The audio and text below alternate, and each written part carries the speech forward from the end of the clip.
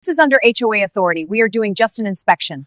An inspection? I didn't agree to this. It's our right. This is ridiculous. I left my house for what should have been a harmless 30-minute run to the hardware store. Mulch for the garden. Screws for the trellis I'd been fixing all week. That was it. I didn't pack a bag. Didn't text anyone. Didn't lock the side gate because a gravel delivery was expected later. A tiny decision. The kind you never think twice about. Texas heat shimmered over the driveway as I pulled out.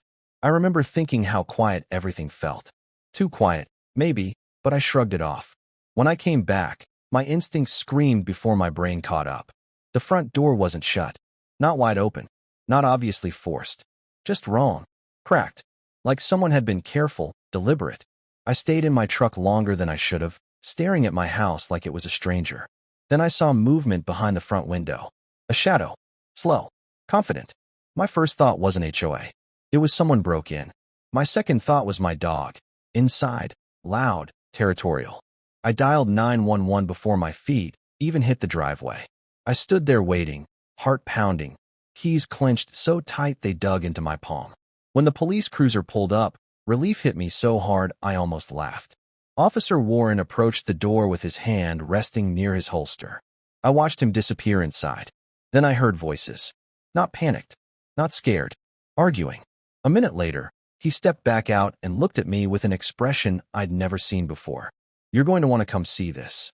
Inside my living room stood two people I'd never met. Middle-aged. Neutral clothes.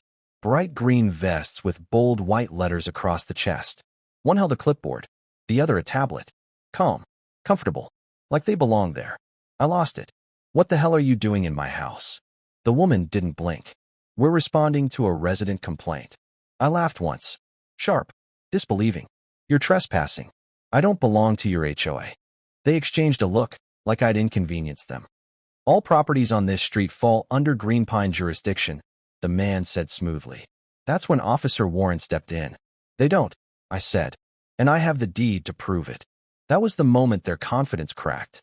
They were escorted out, but not before the woman smiled and said, You'll be hearing from the board. I locked the door behind them. I didn't know it yet, but that smile was a promise. The next morning, I found it waiting for me like a threat that didn't need to speak. An envelope. Bright orange.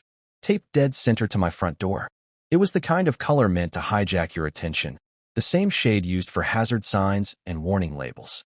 Before I even touched it, my stomach tightened. Whatever was inside wasn't good news. Across the top, in bold, unforgiving letters, it read. I opened it right there on the porch. They hadn't just listed one problem. They listed everything. My lawn was suddenly overgrown. My greenhouse, something I'd built with my own hands, was now an unapproved structure. Even my trash bins had become a violation, accused of being visible from the curb at the wrong hour. Each item came with a fine. Each fine renewed daily. Each line ended with a deadline. It wasn't enforcement. It was punishment. After illegally entering my home, they were trying to flip the script, make me the offender. I stood there longer than I realized, the paper trembling slightly in my hands. Not from fear, from anger. The quiet, focused kind that settles in when someone underestimates you. That's when Jerry showed up. He crossed the street slowly, shoulders hunched, eyes scanning the block like he didn't want to be seen talking to me. Jerry had lived here longer than anyone I knew, long enough to recognize patterns before others caught on. They always start this way, he murmured, glancing at the envelope. Edge houses. People just outside their reach.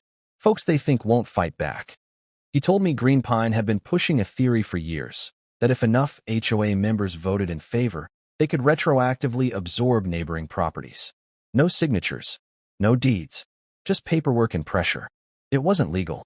It wasn't real. But it worked, because most people gave up. I didn't. Over the next few days, the mail became a weapon. Envelopes stacked up on my counter like evidence in a slow-moving crime. Each letter used heavier language than the last. Talk of annexation, implied consent, missed objection windows. Words chosen not to be understood, but to intimidate. The goal was simple. Exhaust me until resistance felt pointless. That's when I called Camila Rose. She specialized in property law, HOA abuse cases, specifically.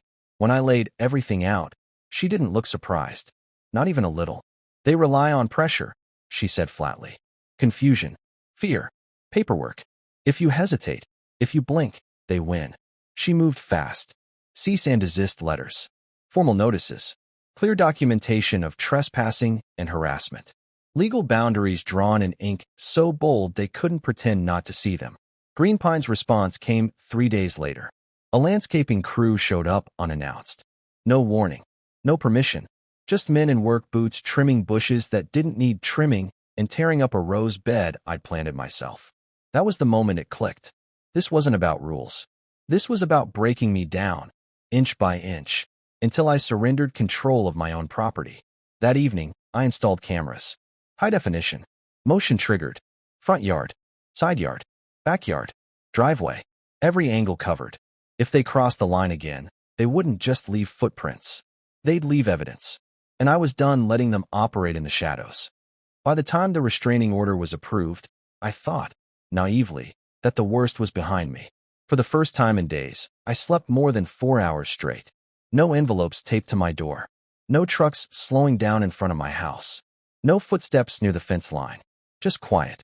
The kind of quiet that feels earned after chaos. That silence lasted exactly 48 hours. It started small. Too small to call a threat. A community newsletter showed up in my mailbox. Full-color, glossy paper, folded neatly like it belonged there. The headline wasn't about me. Not directly. It didn't have my name. It didn't need to. When one home endangers the whole neighborhood. The article talked about certain residents who refused to follow standards. About unsafe structures. About chemical risks. About how community harmony sometimes required firm action.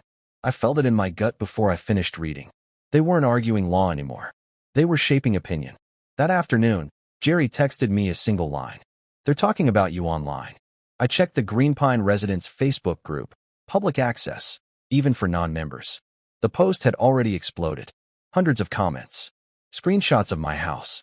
Zoomed-in photos of my greenhouse. A still image pulled straight from a video of me yelling at the landscaping crew days earlier. They froze me mid-sentence, mouth open, eyes wild. Out of context. On purpose. Karen Landis herself commented late that night. Our HOA exists to protect safety and shared values. When one individual refuses cooperation, the entire community suffers. Signed with her full name. Her title. Her authority.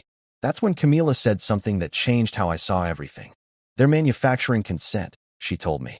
Once enough people believe you're the problem, anything they do next feels justified. That night, I couldn't sleep. I sat in my office with the lights off, watching the camera feeds on my monitor. Front yard, side yard, backyard, driveway. At 1:17 a.m., something flickered across the backyard camera. Not an animal. Not wind. A low mechanical hum followed seconds later. A drone. It hovered just above the fence line, slow, deliberate, almost curious. The camera lens tilted downward like an eye studying prey. I grabbed a broom and rushed outside, waving it uselessly as the drone lifted higher, retreated, then vanished into the dark. It came back the next night. And the night after that. Camila filed privacy complaints. FAA notices. Police reports. All of it moved slowly. They didn't. The real escalation came on a Tuesday. I was working late, headphones on, deep into code, when my phone buzzed with a motion alert. Backyard camera. I switched to the live feed expecting a delivery truck. Instead, I saw 2 men inside my yard.